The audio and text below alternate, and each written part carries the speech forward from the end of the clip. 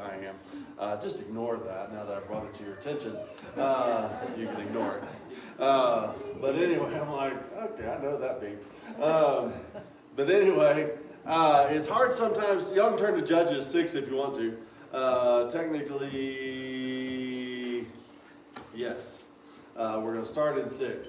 As we look at this, it's hard sometimes to know how much to share from experiences in life because I know I can't share my experience completely. It's kind of like when you go on a mission trip and you come back and try and share what God did. Those of you who didn't go will never fully get the impact of what God does in those things. It's kind of like when you share your vacation photos to others. And they watch them going, yay, you're on another mountain, or yay, you're at the beach again. But you go, no, I'm on this mountain, and I'm at this beach. And you can't really share that. Today we're going to talk about Jehovah Shalom, which many of you would know. What does shalom mean? It's one word we might know from Jewish culture more than others. Peace. It's the natural shalom. It's the natural greeting. Peace be with you. Whatever. We've gone through Jehovah, the Lord, Jireh, my provider. Jehovah Ra, my shepherd, the Lord who is my shepherd. Jehovah Sidkenu, the Lord, we made a transition last week, who is our righteousness. And again, if you've never experienced those, it may not mean that much to you that they're on the board. And I know peace is something our culture and our world fights to try and experience. And boy, we have a hard time. In Sunday school even, one of the analogies where we run at a different RPM, which if you don't know cars, that means you're up at the top and your gears need to shift and the engine's kind of where you'd rather be down here than we just cruise in speed at times. That's more your peace. But when you wind it up, it's, but we live up here, don't we? So, I mean, our culture just lives and to produce and to make and to do. And the mountains don't do it quite as much in some. And so I like this culture more in some ways. But it's still kind of in us, isn't it? Well, I just went to a culture that song Linger now has whole new meaning to me. As it came on this morning, I went, oh, yeah, I just want to linger. Now, I just want to kind of rest and be in this. And I want to go deeper, had new meanings. I have fought snorkeling my whole life because as a kid I tried to snorkel and I about drowned. I didn't like it. I sucked the water. I was like, I'm never doing this again. It was not the thing I was going to do. And even on this trip, I resisted it. I went with the entire snorkel cruise that my son sent us on. And I went out the first time just with my mask on, no snorkel and no flippers. I'm like, I'm just not doing it. I'm going to go to this beautiful place. I'm stubborn at times. And I'm going to just stick my head underwater and hold my breath as long as I can, see what I can see, and pull it back out. That was the sum total of what I was, because I was just not going to drown again or have that feeling again until I saw what I could see. And I went, maybe it's time I figure this thing out because I want to see more of that. And so figured it out. And then once I figured it out, this is the short, I'm not giving you my whole vacation. But in that moment, because we're getting to Jehovah Shalom, once I figured it out, and I didn't want to gag anymore because the thing was in my mouth. I have a strong gag reflex. I was like, okay. And I did it on the boat for about 10 minutes because like I've got to figure out how to breathe before I get in the water, because if I get in the water, it's too late. So I'm just sitting on the boat with my snorkel mouth. And you know, when you're snorkeling, you can't panic. Anybody ever snorkel? Boy, panic does you no good. You're going to drown. I mean, if you let yourself panic, all of a sudden it no longer works because you're not going to get enough of what you feel like you need, which is air. But if you rest into it for a minute, and there's a rhythm to it, and your breathing can stay calm, and all of a sudden when you can do that and you can stick your head under the water and the rest of the world now just disappears. Even for us, if there were 50 people snorkeling around us, they just were gone. And what was in front of you was, I can give you a little picture of this tide that you would watch the fish. Just they didn't fight it. Fish don't swim a whole lot. They just kind of go with, you get the turtles that we had, one swam right up under me. And I'm literally like, I'm going to touch you before this is over with. And because I'm going with the same tide now that you're going with. And as you're in that moment and the world is gone and now what is in front of you is this flow, all you're left with is Darth Vader.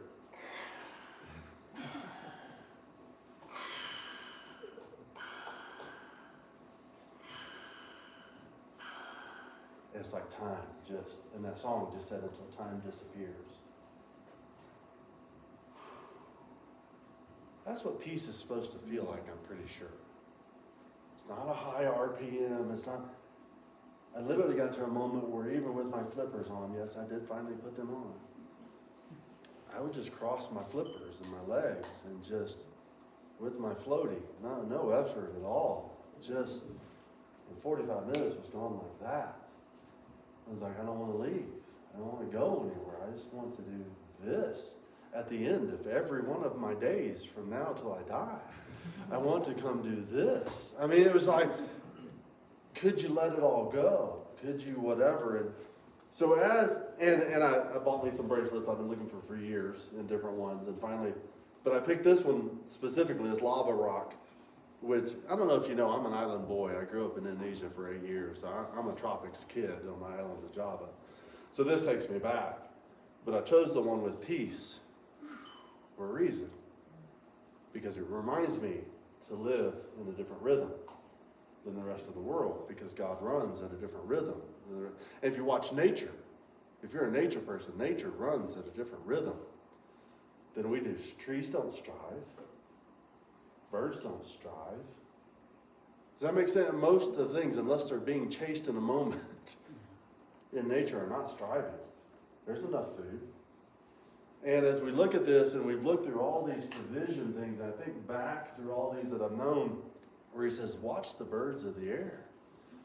They don't worry about what they're going to eat. Watch the lilies of the field. They don't worry about what they look like or sow or spin. The Lord takes care of them. So why do you worry when you can't even add an hour to your day? Do you know what peace even feels like? I mean, really, not just rest, but peace. Do you know what it even feels like? And in that context, and I'll tell you two things. Can I give you a life hack real fast?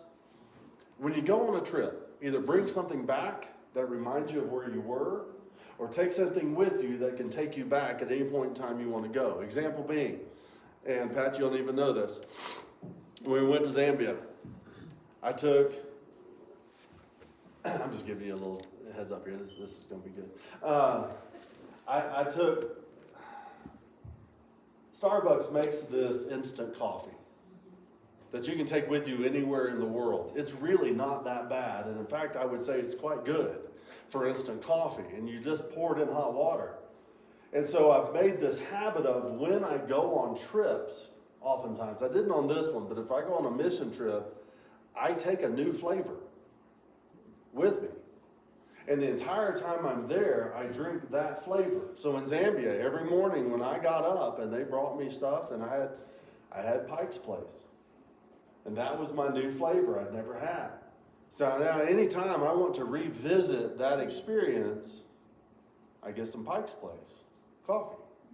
And it takes me back. I brought from Maui something to take me back to that moment of rhythm and seashells and lava. Lava's not in a hurry. It's just not. It's going to do what it does. And it's going to make everything else submit to it as it does what it does. And so I want to be able to go back to that. So I give all that information for a reason. What are those things that you remember? I've brought in here many times the items in my house that help me remember the things God has done. The places where he was a provider. The things and ways that he moves so that I can remember what it is that he's done. It's important to do. And what's interesting that I haven't really brought up, but I'm going to in this one because it ties in and it's evident in every story I think we're going to bring up, or where somebody gives God a name, they build an altar. And the reason for the altar is not just to worship and praise, it's to remember. The reason for the altar is I met God here differently than I'd met him before. And I don't want to forget. And every time I pass this place, I want to remember what it is that my God did when he showed himself. And I'm going to challenge you, if you've never built an altar, you ought to. At some points and times and places in your life where you experience God in a way you never have before. Just so you don't forget. It's not an idol. It's an altar. There's a difference. These things I brought back, I don't worship the things. I worship what they represent, which is the God I experienced through the process. Does that make sense? And I've built altars before. We built one outside our house in Durango Hills. Gretchen, she goes, I don't remember doing that. I was like, yeah, we did it as a family. And that's fine, because it was my idea, not hers. That's fine. But we each picked a rock as a family because God had brought us here, and we watched him move to bring us here in ways we'd never seen him move before. So the entrance to our house, nobody in the neighborhood knew what that stack of rocks was for. But I did every time I drove in my driveway. I knew exactly what that stack of rocks was for. I knew the reason I remembered it is because every time I drove in, I tried to remind myself of why I was here, of what God had done and who he was and how he brought us here and what he was going to do as he led us through this process here. Does that make sense? So notice that when Abraham gives him a name, he builds an altar. Notice that here today as we look at Gideon again in Judges, and he kind of began this process for me of going, we ought to look at the names of God. This was months ago when we talked about Gideon being sifted by God in this process. But he builds an altar. So we're going to jump in the middle of the story because I covered it just a couple months ago, and you can read it if you want to. But we're going to actually start in verse 22. But before I do that, let me ask you a question. This is your participation time. What do you believe about God? Now, I'm not talking about your theology. I'm talking about what do you believe him to be? Not what do you believe he can do. What do you believe him to be? Because we're going to find out that if you want peace, it really ties to what you believe. And we'll talk about that in a minute. But what do you believe God to be? Or what do you believe about God? Somebody give me a word, a sentence, or whatever. Father. Okay. And I throw that out in my context, and I'll do that real fast in this. I was trying to think through, did I ever see my father afraid? I mean, really, there was such a peace that if Dad was there, we were okay. It's going to be all right. He's a father. I believed he would care for me. I believed he'd give my life for me. I think the one time I can ever remember him, even in his death, he was not afraid. I mean, even the nurses in the hospital said, we don't understand it because the man we see on our charts and on this computer screen is not the man that you see in that room. You need to know your dad's dying. Doesn't look like he's dying, but you need to know he's dying. He wasn't afraid. He was just, here we are. He wanted to go home. He wasn't afraid. And the only time I really remember him being afraid was what made me afraid of snakes. I mean, really, I loved snakes as a kid. I'd sit there in Indonesia, they'd eat frogs beside the sidewalk. I'm like, that's cool. Look at that. Never afraid of snakes until one day we were in Bali, and all of a sudden my dad and his best friend came out with sticks into the ocean and just started beating the ocean, screaming, get out, get out, get out. And we're like, okay. And we did. And then they drug out this sea serpent that when my dad held over his head, its head was still on the beach. And they said it had been swimming around us about 5 minutes, and they were watching it. And they came out, and all of a sudden I was real scared of snakes for the rest of my life. I still can't stand up, don't like them. But I think I connect that to the fear of my father. Does that make sense? So Father, good example. What's another one? What do you believe him to be? Creator? Okay. What else? He can do anything. Okay. Do anything? Omnipresent. Omnipresent, Yeah. always around. Yeah. Talked about that last week a little bit. Comforter. Comforter, okay, good. Love. What? Love. Love, okay, good. Patient. Patient, Okay, good. Holy. Holy. That's what he named his son, our righteousness. We looked at that last week. If you missed that, it'll be coming up this week on your video. I did not take it to Hawaii with me and upload it, and I will this week. Okay, so with those in mind, and maybe you ran some things through your head, and maybe you've known him to be provider, maybe you've known him to be shepherd, maybe you've known him to be your peace. I don't know, but let's look at this example of Gideon when he gives God this name. And what's interesting is I labeled Jehovah Shalom when I did this. This is the message that when I looked at a few weeks ago and went, this one needs more time. And I knew it. I didn't have a handle on it. Still don't know that I have a handle on it. But I knew I wasn't ready to share it because I'm like, I don't understand this enough. And maybe I needed what experience I had this week in some ways to begin to understand it more because there's some realization. But my guess is I'll still understand it. But I wrote Jehovah Shalom. And as I did my 7 names of God, and we did our series, and like I said, we're going all the way through Easter with this. There's a great one on Easter, the name that you'll get to know God as on Easter. So show up in that process, but bring your friends as well, and come the weeks between now and there. I just started my notes, and one has Jehovah Shalom, one has the Lord my banner, which will come up. The Lord, I can't tell you that one, that's a secret one. The Lord our righteousness. I just wrote them all down, and I wrote out beside them what it meant. And so on this one, when I started, it's Jehovah Shalom, the Lord is my peace. Just like I wrote out Jehovah Jireh, the Lord is my provider. Just like I wrote out Jehovah, the Lord is my shepherd. But it wasn't until I looked at it a little bit more that that's not what Jehovah Shalom means. So let me give you examples, because a couple of the other questions I wrote out early were, if God is our peace, or is my peace, why am I at war? What an interesting question to think of. If he is my peace, then why am I constantly battling? Why do I feel like I'm fighting so much? If he is my peace, and because I don't want him just to be my peace in war, although that's what you see and when you find him, but if he is our peace, then why are we constantly at war? If he is my peace, then why am I at war? And then I wrote down, he fights with me or fights for me. And I had to write that question out beside it is that true? Because it's much more, again, as we've looked at these names of God, that I fight with him.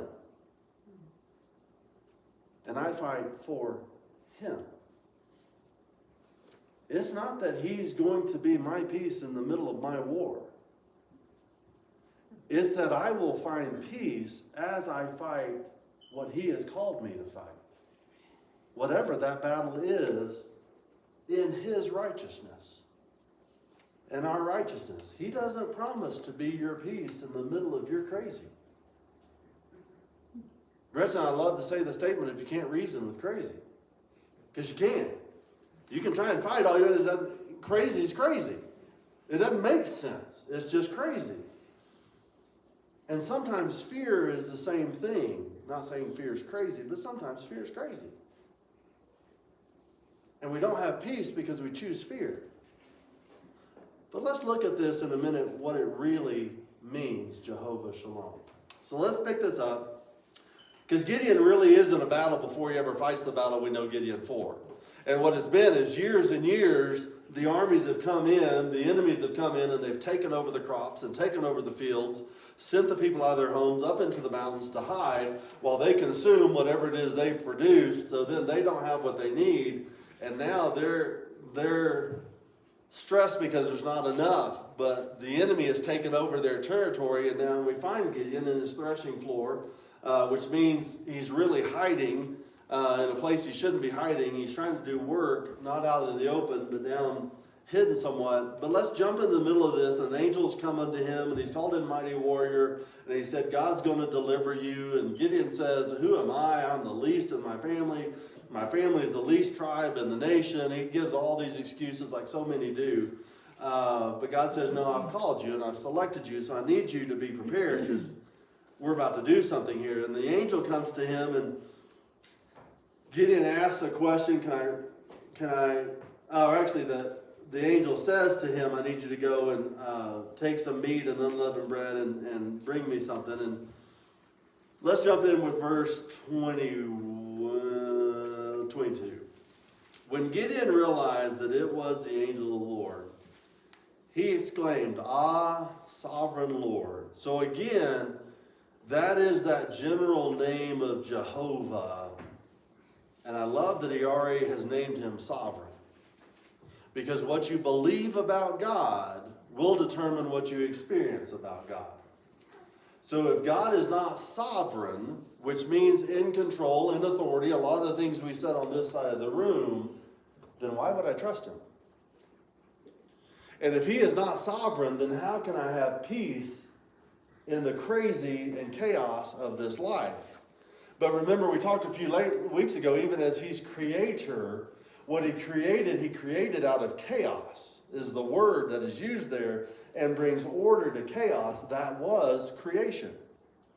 It's the same thing he does in our lives when we come back to him as Savior, is he creates order of our spirit and soul and life that's trying to live in the chaos of sin. It's the same thing. I created you to be a new creation. I saved you to be a new creation. I've now put order to this which is in you. And so in this process, he is sovereign. He's in charge. He's in control. He has the authority. He is the one who rules over everything. And he says, "Ah, sovereign Lord, I have seen the angel of the Lord face to face." But the Lord said to him, "Peace." So where we're going to start, God actually speaks to Gideon first. Gabriel may be in this story as the angel, but we don't know. Angel of the Lord. Gideon first by saying, "Peace. Don't be afraid. You're not going to die." So Gideon built an altar. There it is. He had met God in a new way. And he wanted to remember. And he wanted to be able to tell. And when the altars came to a place, even as the children of Israel crossed the Jordan, I don't know if you remember that story. God tells them to take from the Jordan 12 stones from the middle of the Jordan you just crossed over, and take them from that thing I just brought you through, that you might remember what I brought you through. And I want you to build an altar out of those 12 stones that represent every tribe I brought through. And the reason I want you to build that is so when future generations ask you, what do these stones mean? You'll tell them about what I did. But they're not going to feel it the way you felt it, because you actually went into the river and brought the stones out. So what is it you take out of what God brings you through? I think it's more important than what you go through. It's more important what you can bring out of what you go through than what you go through. Will you bring out a new understanding of who God is? Will you bring out a new depth of your relationship? Will you bring out a new belief about God and what he can do? Because what happens is Gideon built this altar to the Lord there, and he called it, "The Lord is Peace." To this day it stands in Ophrah of the Abiezrites. So again, from whenever it was to whenever this was written, the altar had been a testimony of who God was and who he would be to that generation in that time. Altars are important. Stones of remembrance are important. Things to remember who God is, to take you back to the moment, are important, because we forget. We forget, and we forget to tell the story. And I always wanted those reminders in my house so I'd remember to tell my kids. So I'd remember to tell you. So I'd remember to be here. But did you notice something different about the name? At least in my translation here, the NIV that I use to preach, because there's many different ones. Did you notice something different about that?